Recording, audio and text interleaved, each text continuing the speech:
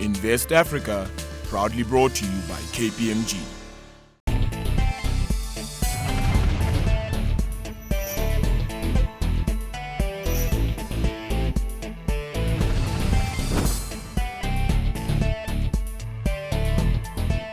It's that time of the week again where we look at investment on the continent. Hello, I'm Nozi Pombandra, and this is Invest Africa. Thank you for making the time to join us. Now, education is the key to success, or so we're told. But as the lock changes, the traditional key is becoming increasingly obsolete. Just like the adage that we require African solutions for Africa, education is a domain that needs to be redressed with a local perspective. In Africa, traditional classroom education is not always possible, and with the burgeoning population, new solutions need to be adapted to provide real education. But what are the options for Africa, and do these options present a unique investment opportunity? Looking globally, UNESCO tells us that education prospects for children are at risk. Let's take a look at the global picture in a little bit more depth. We see here that about 57 million children are currently out of school, but perhaps what is also more worrying is that of this 57 million, 31 million of these are girl children. In addition to that, almost half of these children, 49%, will probably never set foot in a classroom. But the story is just not all doom and gloom. There are pockets of excellence and pockets of positivity. If we turn our focus to South and West Asia, we see that they've actually managed to reduce the number of children that are out of school in the decade between 1999 and 2011. Moving forward, the general trend that emerges is the fact that the rate of out-of-school children and bringing that number down is not progressing at a pace that is fast enough. We also see that the attrition rate, that is the number of children who are actually dropping out of school, currently sits at 25%. And we're talking about primary school. The number gets much higher as we progress to secondary and tertiary education. At a sub-Saharan African level, looking at the region, we see that more than 7 out of 10 of the countries that we have on the continent, that 70% of the countries on the continent actually do not have enough education skills in terms of teachers to actually occupy the classroom. What this means, though, given the fact that we have a growing population, is that we need to create at least 6.2 million more teacher vacancies by 2030. And of the 6.2 million, at the very least, 2.3 million have to be absolutely new positions, so not actually tapping in to the existing skills capacity that the continent has. This is the kind of challenge that education and alternate education has to face up to. Joining me now to discuss alternate education in Africa is Josh Elder. He's the Chief Academic Officer at Pioneer Academies. And in Johannesburg, we're also joined by Mabuto Mthembu. He's a KPMG Senior Manager and the Chairperson of the Youth Managers Foundation. And from Nigeria, we're joined by Dr. Enasi Okonedo. She's the Dean of the Lagos Business School. Now, for you at home, if you'd like to be a part of this conversation, you can certainly do that. That's by following me at Nozi Pombandra or at CNBC Africa. And of course, the hashtag for this show is Invest Africa. Let's maybe start off in Nigeria. Dr. Enasi, let's come to you and maybe get you just to remind us between the link between traditional education and alternative education. What are the fundamental differences between these two approaches? Well, when we talk about traditional education, we talk about the ways that all through the centuries people have been educated, which is that you come to a classroom setting and you're taught by somebody who sort of talks down to you. It's a more authoritarian style of learning because this person is presenting to you what knowledge it has and hoping that by such transmission you'll be able to get it and work with it. Josh, you're one of the players in terms of alternate education here in South Africa. What are you offering that the traditional school is not offering? Yeah, I think one of the things that we're really trying to push for in the alternative education movement is really a real focus on problem solving and critical thinking, trying to move away from the rote memorization and the lecture style that I think most of us probably grew up with in our traditional education sense, and really giving students the opportunity to really push themselves to learn how to be the next best thinkers and really think critically and problem solve to set them up for success in the future. Mabuto, if we just take a step back and look at the general trends in terms of alternative education versus traditional education, are we seeing a big shift in terms of parents looking at alternative models? What does the landscape look like? I don't think we are seeing any big shift. And I mean, you would acknowledge that majority, I mean, you've just shared with us very disturbing statistics in relation to sub-Saharan Africa. But the majority of the learners go to, to poor schools, they come from disadvantaged backgrounds, etc. And really the shift should be, because majority of those learners that we're talking about are not from the, from the good schools, they're from the bad schools. And the reality is that what needs to happen is that parents need to be involved as well in terms of education. So we need to shift away from the definition of a narrow-minded type of education, where education is seen as a lecture type of education that happens at school. But education needs to start at a very young age, and it needs to start at home. And therefore, parents have a very critical role to play in relation to that. Problematic concept that Mabuto puts on the table, the good school and the bad school. Let's talk about how we shift that perception, because there is a perception that if a school is state-funded, i.e. is it a government school, it falls into the category of a bad school. To what extent does that perception continue to fester? I definitely think it's the perception that still exists. And I think that's one of the things that we're trying to really push for, is a collaboration amongst the so-called public sector and the private sector of schooling, where if it's a government school, it is deemed to sometimes be the bad school, and the private schools are deemed to be the so-called good schools. So I really think it's the sense of fostering the collaboration to really provide the equity that exists, and really push best teaching practices and create learning opportunities that can transcend regardless of what school environment that you exist in. Dr. Enasi, let's maybe just balance this conversation against the social outcomes that education is expected to meet. This is about access, this is about equity. Are alternative models to education locking out vast populations of students who cannot afford to be attending these schools? Oh, certainly. It's looking at that there. So, in fact, a minute ago when we were talking about the good school and the bad school, I thought perhaps we were falling into the mode of thinking that education has to happen within a school. And I think that when we talk about alternative models, we look beyond education happening within the schools because of the constraints, some of which have been identified. The number of school-age kids that need an education, and the limits to funding and the physical development of such schools as well there. So alternative education does provide a means by which we can educate people without them necessarily coming to the school. And the various models, some of which have been used across Africa lately over the last few years, that bring education to those people that ordinarily will not get access to schools, either for lack of opportunity, on account of their being in rural areas, or just constraints to the number of schools that are available in the environment. Mabuto, we're seeing a shift in this conversation in terms of education being seen as a government responsibility. There's a new space that's opening up that says the private sector can be an active participant in terms of delivering this particular service. Is there money to be made from education? In terms of the private sector involvement, I wouldn't advocate, for, privatization of education, because we will lock out sort of a lot of young people in Africa because of affordability issues and so forth. But in terms of private sector involvement, I would rather advocate for the private sector that gets involved in the public education, and they need to be driven by sustainability. So we need to move away from a situation where when the private sector gets involved, it only just donates things and it leaves them and it goes and so forth. Let's drill down into that sustainability approach that you're putting on the table. What exactly do you mean by saying the private sector should be driven by sustainability? Sustainability, in my understanding and in my view, is that what you see happening is that the private sector does to some extent donate certain things or infrastructure, equipment to schools. And what happens is that they donate and they never come back to check whether what they have donated is being utilized and so forth. So we have seen a lot of donations going into the school, but what you experience is non-utilization of those donations that are received from the private sector, and therefore then it's not sustainable and it's not impactful, and it doesn't add any value to our education system. So we need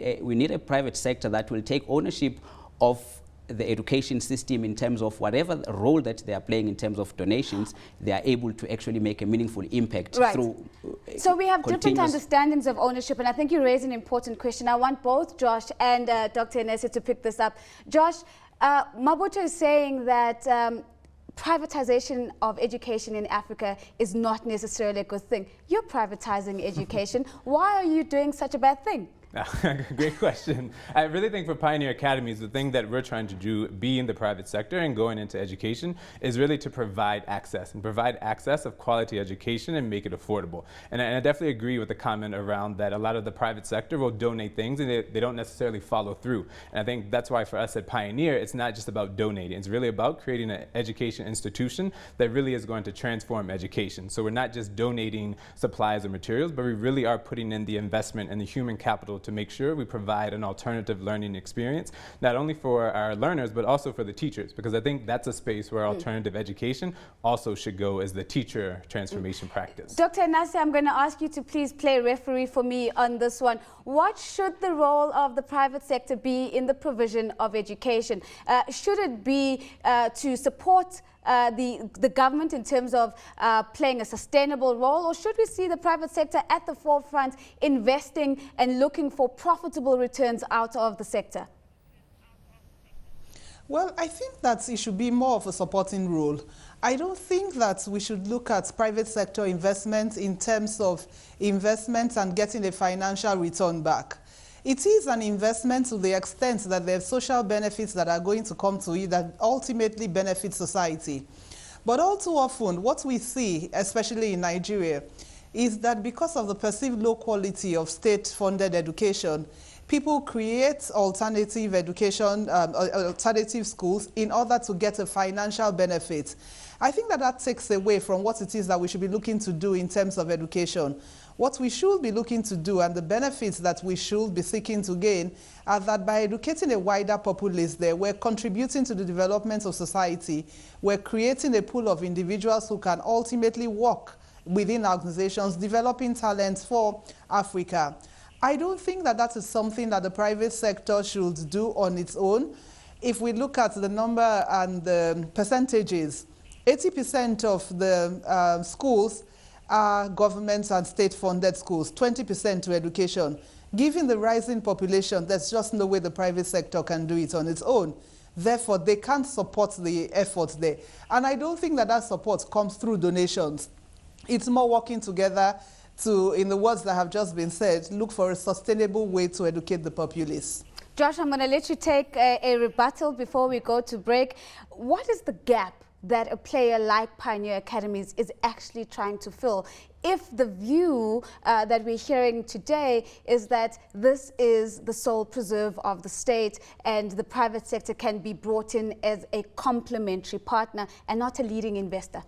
I think for Pioneer, we really want to foster that sense of collaboration, and I think the gap that we're trying to fill in the space is really just to provide equality in education for the students, really to get them to be successful, prepare them for life. We don't really know what opportunities exist in their future, and so it's much different than when we were going to school. So for us, it's truly about giving them the opportunity to be successful, not just preparing them for the test, but really preparing them for life. And so we really encourage both the private and public sector to work together, because I think we're right, we can't do it alone. We really need to foster a sense of togetherness in order to provide the best possible learning opportunities and education future for the students out there. A sense of togetherness, that's where we're going to leave it for now. We're going to take a quick break, but when we come back, more on alternative education in Africa. Do stay with us.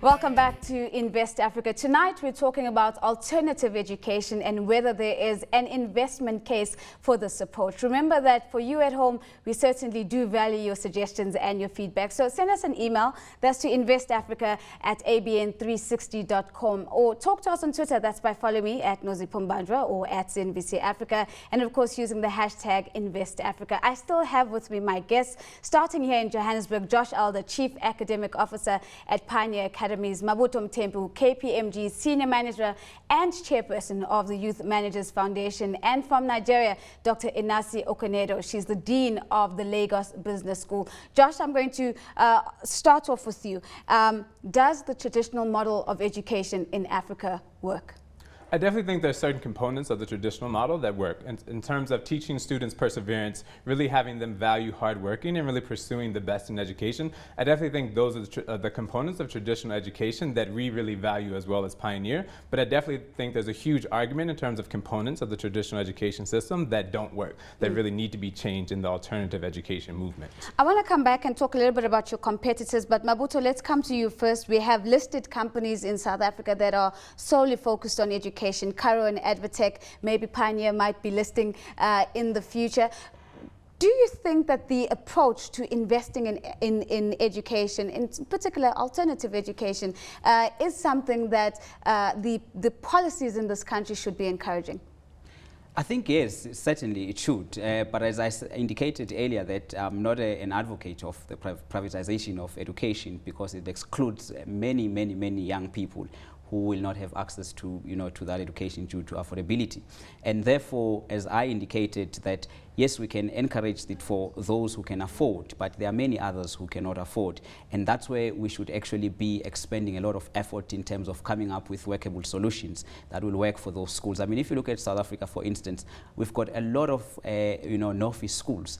How will those kids then be able to access education if we privatize it? So therefore, my suggestion is that all the parties, civil society, the private sector, the government, they all need to play a certain role in terms of improving the state of education. Could we argue, though, that such companies, Advatech, Karo, maybe even Pioneer in the future, are maybe dealing with a very different population from the population that still needs government policies to be fighting for access and equity? These are likely children who come from families that can afford education, but maybe want a better quality of education. Exactly, but the challenge with that is that it's not going to solve the issues that are facing our country and all the rest of Africa. Now, the reality is that majority of young people do not have access to education. And those companies will then cater for a select few and then will be promoting inequalities that we are trying to fight in Africa. So therefore, we need to take into account that the majority of the people are still living in poverty, in disadvantaged areas, and they will not afford to actually go to those schools, and therefore we need a solution that will address the core problem, because if we privatize, then we are already giving You're empowering access, the empowered. You're empowering the empowered because they already have access to quality education. Dr. Nasa, educate us. What is the situation in Nigeria? In South Africa, we've got a growing trend of listed companies that are focused on education, that are focused on generating profitable returns for their shareholders, as in any listed company would be. Does Nigeria have similar examples or likely to be on a similar trajectory, if at all? No, Nigeria doesn't have such examples, but then one must recognize that the financial markets in Nigeria are not as developed as in South Africa, and that the number of quoted companies still remains very tiny compared to those there. So no, we do not have any public companies that listed there that focus on education. However, and indeed, you do not have companies or group of schools, very few, that take this approach to education, establishing private institutions there as groups. Really, what you have are individuals, which we know as proprietors here, who are funding schools that are very expensive and obviously must be making good returns.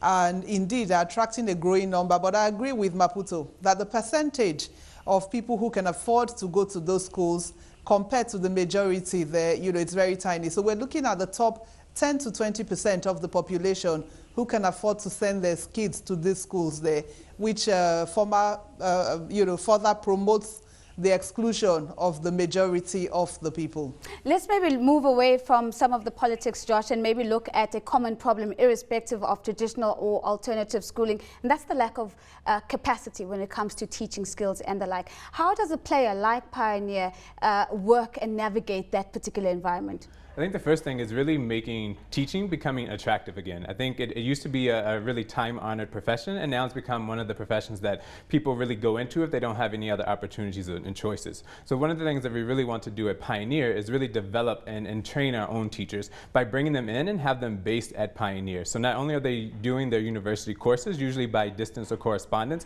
but providing them full-time training at Pioneer. So giving them intensive observations, feedback, and just constantly helping them to grow and develop, and really putting them on their own professional growth plans. So that way, if they want to become an instructional guru or a head of school, we really help encourage them and develop them over a pathway for that. Mabuto, similar problem that I'd want you to take on, but in particular, do you think that the country is doing enough to grow that pipeline of capacity that we evidently need?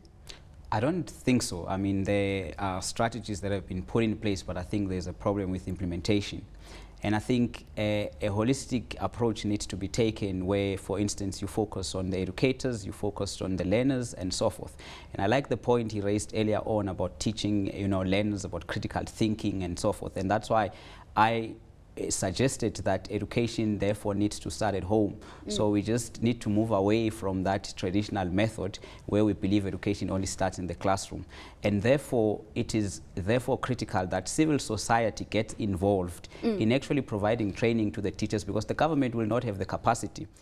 Dr. Nasir, give us the insight from Nigeria. In South Africa, the teaching profession is highly unionized, and to some extent this has been noted as very problematic and has maybe been also highlighted as one of the reasons why we haven't been able to progress in terms of delivering qualitative education. What is the situation in Nigeria?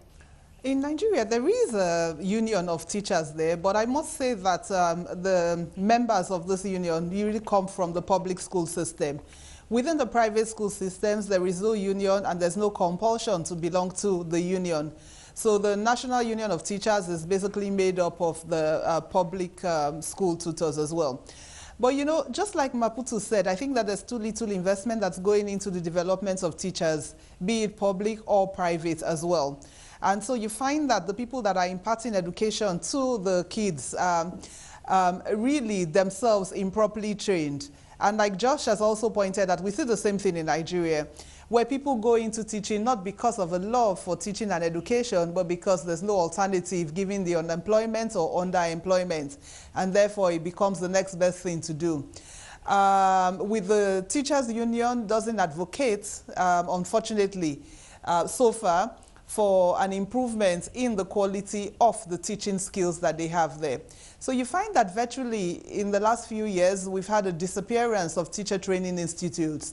Only now are there pockets that are beginning to be talked about, and a few are springing up there, but certainly not across the country. Do you think that's an investment opportunity, Mabuto, the graduates, the teacher training institutes, where the private sector could maybe direct some of their funding? Yeah, I think that would make more sense in terms of obviously improving the skills of teachers and so forth, because you can have the greatest infrastructure, you can have the greatest equipment at the school, but if the quality of the teachers that are teaching is not the greatest, then you are not going to have the greatest output from the students. And it goes again with the students. If you don't have proper systems in place where you can be in a position to produce high quality students, then you are not going to produce anything. So you're going to have dropouts, you're going to have people who go to university and they will not finish their degrees. So I think in that regard, there could be a space where government could work together with the private sector in terms of providing effective training to the teachers that will see improvement across all sectors. Josh, this entire conversation would be completely null and void potentially null and void because of graduate unemployment, where students do go to secondary schooling, they do go to university, and they still don't get employed.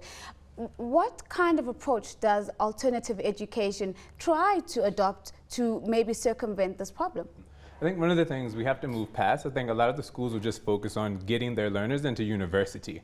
And they get into university, and if you look in South Africa, the current rate in the first year of university, 50% of first years do not make it out of the first year of university. So I think we need to shift the mindset, and not only focus on getting them into university, but actually helping them succeed in life beyond. So really focusing on what are the skills that are going to make them successful in life? What are the skills that the employers are actually looking for?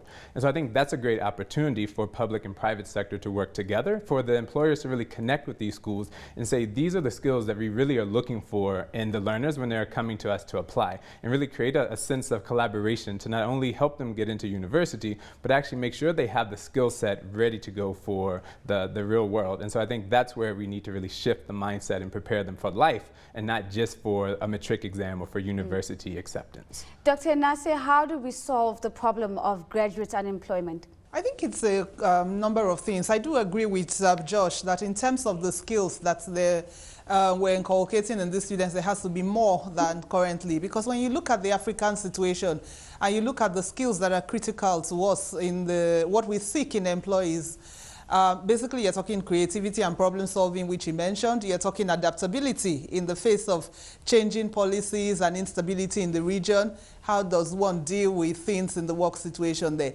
But then also, I think that there has to be a coherence between the courses that we offer in the university system and the needs of the country.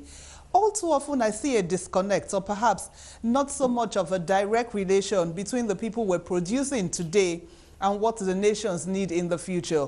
So say, for instance, our focus going forward, talk of a country like Nigeria, when we're looking to reduce our dependence on oil, and we're looking at growing other productive sectors such as agriculture and mineral resources. If you look at the universities and the courses on offer there, you want to ask yourself, how many of this are offering things in agriculture or agribusiness? How many of this are offering degrees there? So when you talk about unemployment, it's that people come out there, they have gotten a degree, but those things are not relevant in the stage of development that we face here in the country.